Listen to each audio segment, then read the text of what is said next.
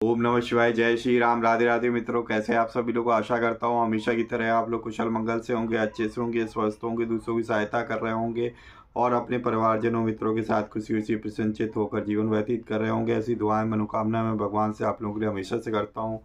मैं अंकित आप सभी लोगों का आपके अपने चैनल में हार्दिक स्वागत करता हूँ, अभिनंदन करता हूँ। दोस्तों, आज आपके सामने फिर से प्रस्तुत हूँ उत्तर गीता के अध्याय 4 को लेके, जो कि मैं इस पुस्तक से आपको पढ़ के सुना रहा हूँ। गीता संग्रह है, जो गीता प्रेस गोरखपुर की तरफ से आती है और ये उसका प्रथम गुच्छक है, प्रथम पार्ट है, जिसमें 25 अलग अलग तरीके की गीता का कलेक्शन है जो हिंदी अनुवाद सहित दिया गया है। तो इसी में से मैं आपको उत्तर गीता पढ़ के सुना रहा हूँ।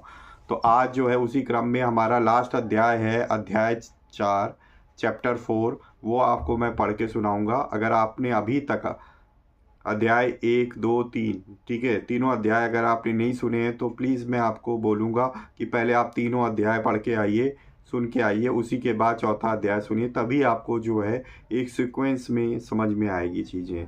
ठीक है दोस्तों, और एक बार में नहीं आएगी, मल्टीपल टाइम्स आपको सुनने के लिए आएगी, इसलिए मैंने पूरी प्लेलिस्ट बना रहा हूँ और उस प्लेलिस्ट में आप चारों अध्याय सुन सकते हैं। ठीक है, तो चलिए, हमेशा की तरह सर्वप्रथम हम गणेश जी का आह्वान करेंगे। बिना उनके कोई भी चीज़ पूरी होना असंभव है, तो उनको याद करेंगे, उसके बाद हम लोग इसको शुरू करेंगे। तो वक्रतुंड महाकाय सूर्यकोटि समप्रभा निर्विघ्नं कुरु मे देव सर्वकार्येषु सर्वदा। जय श्री गणपति बप्पा मोरया। तुमेव माता च पिता तुमेव, तुमेव बंधु च सखा तुमेव, तुमेव विद्या द्रविड़ं तुमेव, तुमेव सर्वं मम देव देवो। जय श्री गणपति बप्पा मोरया। चलिए शुरू करते हैं। एक बार दोस्तों प्रेम से बोलेंगे सियावर रामचंद्र की जय। ओम नमो नारायण, ओम नमो भगवते वासुदेवाय, ओम शुड़वे नमः। जय सीताराम हनुमान जी, जय गुरुदेव जी, जय श्री राधे कृष्णा। तो ये दोस्तों चौथा अध्याय उत्तर गीता का, गुरु शिष्य के संवाद में मोक्ष प्राप्ति के उपाय का वर्णन। सिद्ध ब्राह्मण ने कहा कि हे काश्यप, जो मनुष्य स्थूल, सूक्ष्म और कारण शरीरों में से क्रमशः पूर्व पूर्व का अभिमान त्याग कर कुछ भी चिंतन नहीं करता और मौन भाव से रहकर सबके एकमात्र अनुष्ठान पर ब्रह्म परमात्मा में लीन रहता है, वह संसार बंधन से मुक्त होता है। जो सबका मित्र, सब कुछ सहने वाला, मनोनिग्रह में तत्पर, जितेंद्रिय, भय और क्रोध से रहित और आत्मवान है, वह मनुष्य बंधन से मुक्त हो जाता है।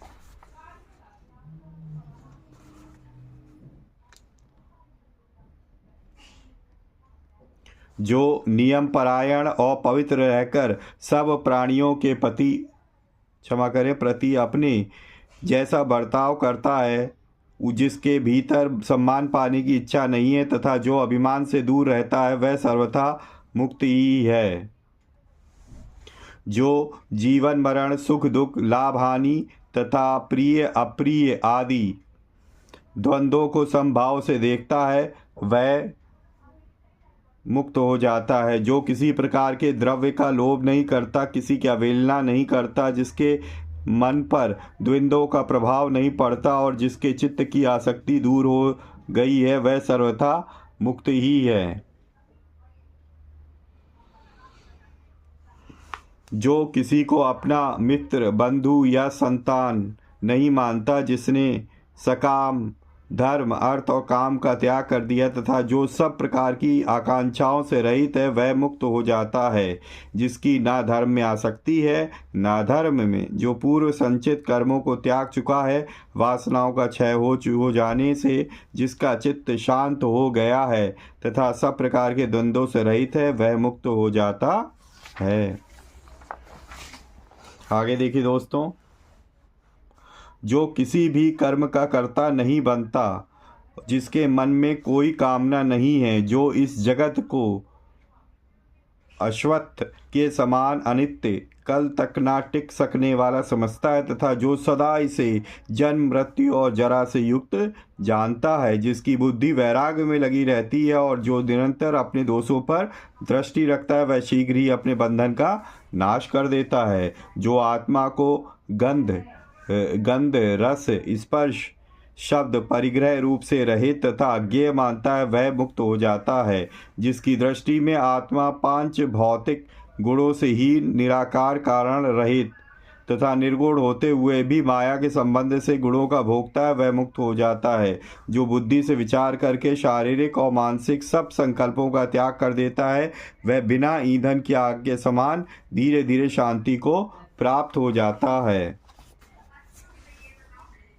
जो सब प्रकार के संस्कारों से रहित, द्वंद्व और परिग्रह से रहित हो गया है तथा जो तपस्या के द्वारा इंद्रिय समूह को अपने वश में करके अनासक्त भाव से विचरता है वह मुक्त ही है। जो सब प्रकार के संस्कारों से मुक्त होता है वह मनुष्य शांत, अचल, नित्य, अविनाशी एवं सनातन परब्रह्म परमात्मा को प्राप्त कर लेता है। अब मैं उस परम उत्तम योग शास्त्र का वर्णन करूंगा जिसके अनुसार योग साधन करने वाले योगी पुरुष अपने आत्मा का साक्षात्कार कर लेते हैं। मैं उसका यथावत उपदेश करता हूँ। मनोनिग्रह के जिन उपायों द्वारा चित्त को इस शरीर के भीतर ही वशीभूत एवं अंतर्मुख करके योगी अपने नित्य आत्मा का दर्शन करता है उन्हें मुझसे श्रवण करो। इंद्रियों की विषय की ओर से हटाकर मन में और मन को आत्मा में स्थापित करें।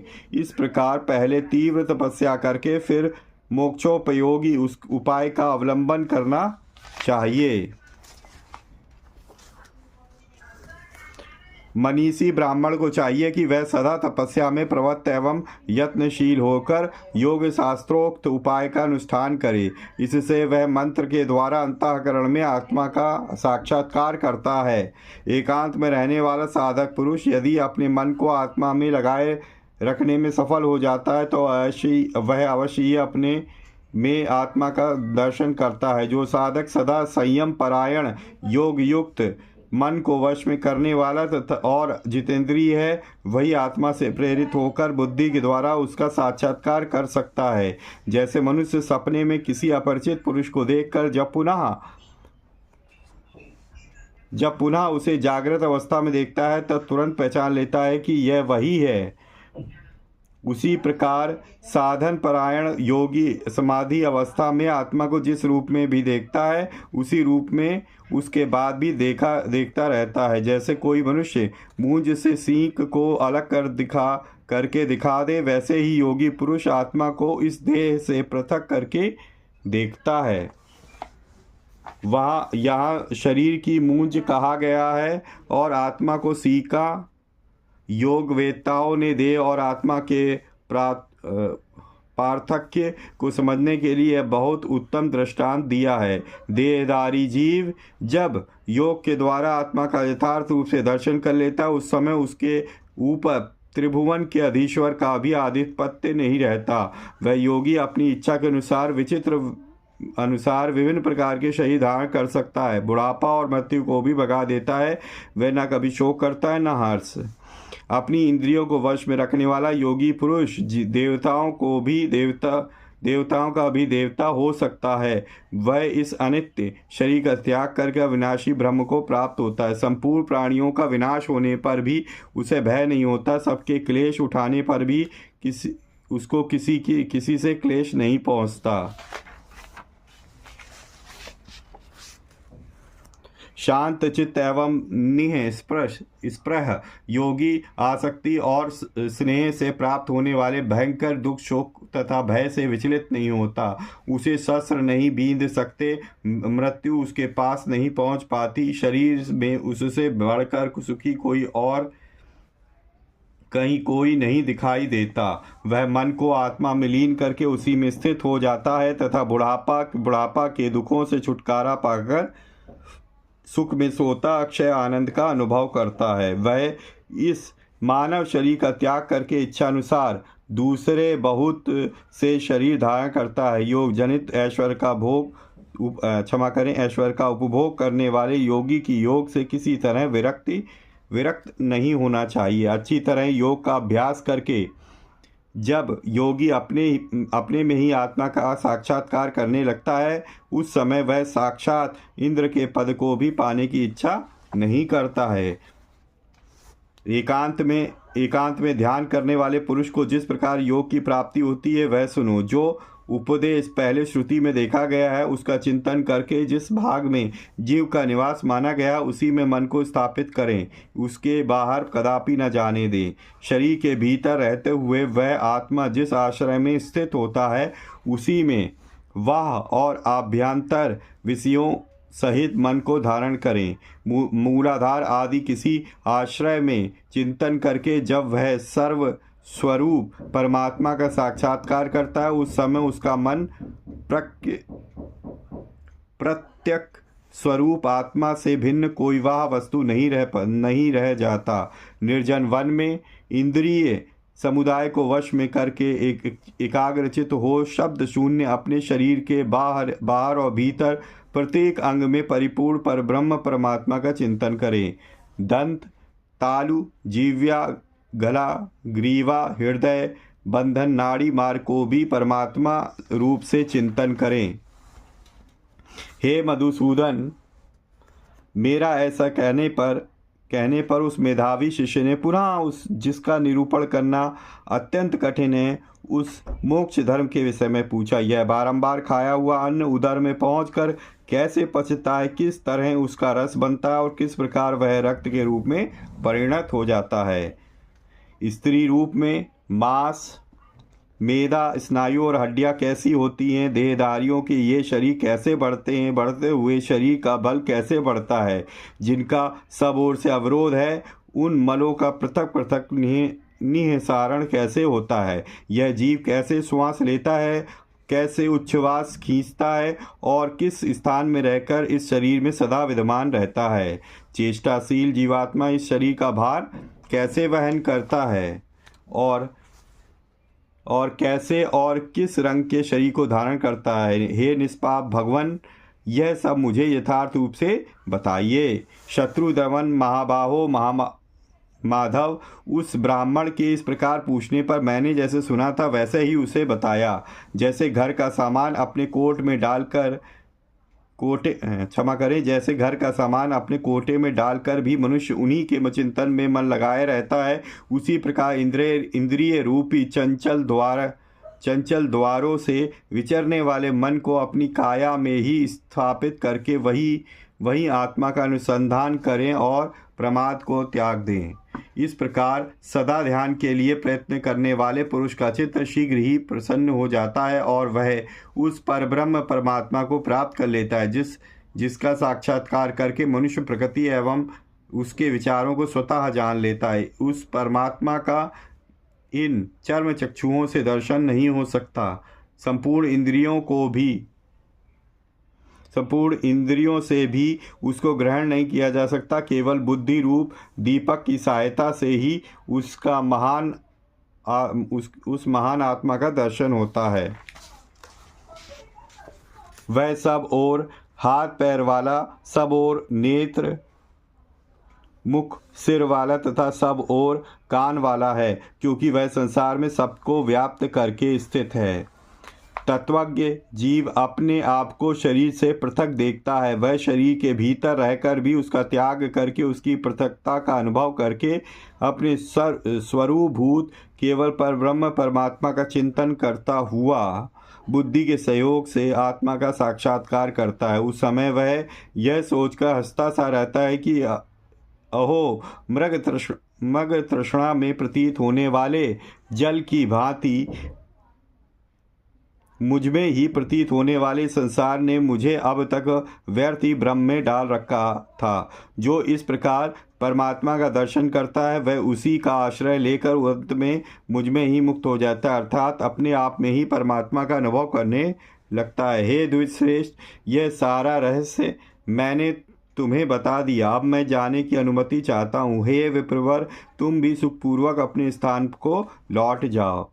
हे श्री कृष्ण, मेरे इस प्रकार कहने पर यह कठोर व्रत का पालन करने वाला मेरा महातपस्वी शिष्य ब्राह्मण काश्यप इच्छानुसार अपने अभीष्ट स्थान को चला गया। भगवान श्री कृष्ण कहते हैं कि हे अर्जुन, मोक्ष धर्म का आश्रय लेने वाले वे सिद्ध महात्मा श्रेष्ठ ब्राह्मण मुझसे यह प्रसंग सुनाकर वही अंतर्ध्यान हो गए। हे पार्थ, क्या तुमने मेरे बताए हुए इस उपदेश को एकाग्रचित्त होकर सुना है उस युद्ध के समय भी तुमने रथ पर बैठे बैठे इसी तत्व को सुना था। हे कुंती नंदन, मेरा तो ऐसा विश्वास है कि जिसका चित्त व्यग्र है, जिसे ज्ञान का उपदेश नहीं प्राप्त है, वह मनुष्य इस विषय को सुगमता पूर्वक नहीं समझ सकता। जिसका अंतःकरण शुद्ध है वही इसे जान सकता है। हे भरत श्रेष्ठ, यह मैंने देवताओं का परम गोपनीय रहस्य बताया है। हे पार्थ, इस जगत में कभी किसी भी मनुष्य ने इस रहस्य का श्रवण नहीं किया है। हे अनग, तुम्हारे सिवाय कोई दूसरा मनुष्य इसे सुनने का अधिकारी भी नहीं है। जिसका चित्त दुविधा में पड़ा हुआ है वह इस समय इसे अच्छी तरह नहीं समझ सकता। हे कुंती कुमार, क्रियावान पुरुषों से देवलोक भरा भरा पड़ा है। देवताओं को यह अभीष्ट नहीं है कि हे कुंती कुमार, क्रियावान पुरुषों से देवलोक भरा पड़ा है। देवताओं को यह अभीष्ट नहीं है कि मनुष्य के मृत्यु रूप की निवृत्ति हो। हे पार्थ, जो सनातन ब्रह्म है वही जीव की परम गति है। ज्ञानी मनुष्य का देह का त्याग उस ब्रह्म में ही अमृतत्व को प्राप्त होता है और सदा के लिए सुखी हो जाता है। इस आत्मदर्शन रूप धर्म का आश्रय लेकर स्त्री, वैश्य और शूद्र तथा जो पाप योनि के मनुष्य हैं वे भी परम गति को प्राप्त हो जाते हैं। हे पार्थ, फिर जो अपने धर्म में प्रेम रखते हैं और सदा ब्रह्मलोक की प्राप्ति के साधन में लगे रहते हैं, उन बहुश्रुत ब्राह्मण और क्षत्रियों की तो बात ही क्या है। इस प्रकार मैंने तुम्हें मोक्ष धर्म का युक्त उपदेश किया है। उसके साधन के उपाय भी बतलाए हैं और सिद्धि, फल, मोक्ष तथा दुख के स्वरूप का निर्णय किया है। हे भरतश्रेष्ठ, इससे बढ़कर कोई दूसरा सुखदायक धर्म नहीं है। हे पांडुनंदन, जो बुद्धिमान, श्रद्धालु और पराक्रमी मनुष्य लौकिक सुख को सारहीन समझकर उसे त्याग देता है, वह उपर्युक्त इन उपायों के द्वारा बहुत शीघ्र परम गति को प्राप्त कर लेता है। हे पार्थ, इतना ही कहने योग्य विषय है, इससे बढ़कर और कुछ भी नहीं है। जो 6 महीने तक निरंतर योग का अभ्यास करता है उसका योग अवश्य ही सिद्ध हो जाता है। इति श्री महाभारते अश्वमेधाधिके पर्वणि उत्तर गीतायाम चतुर्थो अध्यायः उत्तर गीता संपूर्णा। तो ये था दोस्तों उत्तर गीता का लास्ट चौथा अध्याय जो आपको मैंने इस पुस्तक के माध्यम से कह सुनाया। ये था दोस्तों उत्तर गीता का चौथा अध्याय जो मैंने आपको इस पुस्तक के माध्यम से सुना दिया। तो यहाँ पे इस चौथे अध्याय के समाप्त होते ही हमारे महाभारत में वर्णित अश्वमेध पर्व के अंदर अनुगीता नामक उपपर्व में ये वर्णित था जो मैंने आपको कह सुनाया। तो उत्तर गीता यहाँ पे संपूर्ण होती है। अब आप लोग बताइएगा कि इसके बाद हमें क्या स्टार्ट करना चाहिए। अपने उच्च विचार कमेंट बॉक्स में डालने की कृपा करें दोस्तों। तो अगर आपको वीडियो अच्छी लगी है तो प्लीज़ वीडियो को लाइक करना ना भूलें। सीरीज़ कैसे लगी तो वो भी कमेंट बॉक्स में ज़रूर लिखिएगा। अपने उच्च विचारों को ज़रूर लिखिएगा दोस्तों। अगर पहली बार मेरे चैनल पे आएँ और इस तरीके की कथाएं आपको उपदेश सुनना पसंद है बुक के माध्यम से तो आप चैनल को सब्सक्राइब कर लें, क्योंकि मैं इसी तरह कंटेंट आपके अपने चैनल वैदिक तथ्य पर लाता रहता हूँ। और बेल आइकन को जरूर प्रेस करें ताकि लेटेस्ट से लेटेस्ट वीडियो का इन्फॉर्मेशन आपको तुरंत ही मिल सके। तो इसी तरीके से भगवान की भक्ति करते रहिए, अपने परिवारजनों मित्रों के साथ खुशी खुशी प्रसन्नचित होकर जीवन व्यतीत करिए। और हाँ, हमेशा की तरह किसी न किसी एक पर्सन की हेल्प करने की जरूर कोशिश करिए। पूरी वीडियो देखने के लिए बहुत बहुत धन्यवाद आपका, और मिलेंगे इसी तरह की किसी और वीडियो में। तब तक के लिए जय श्री राम, राधे राधे मित्रों।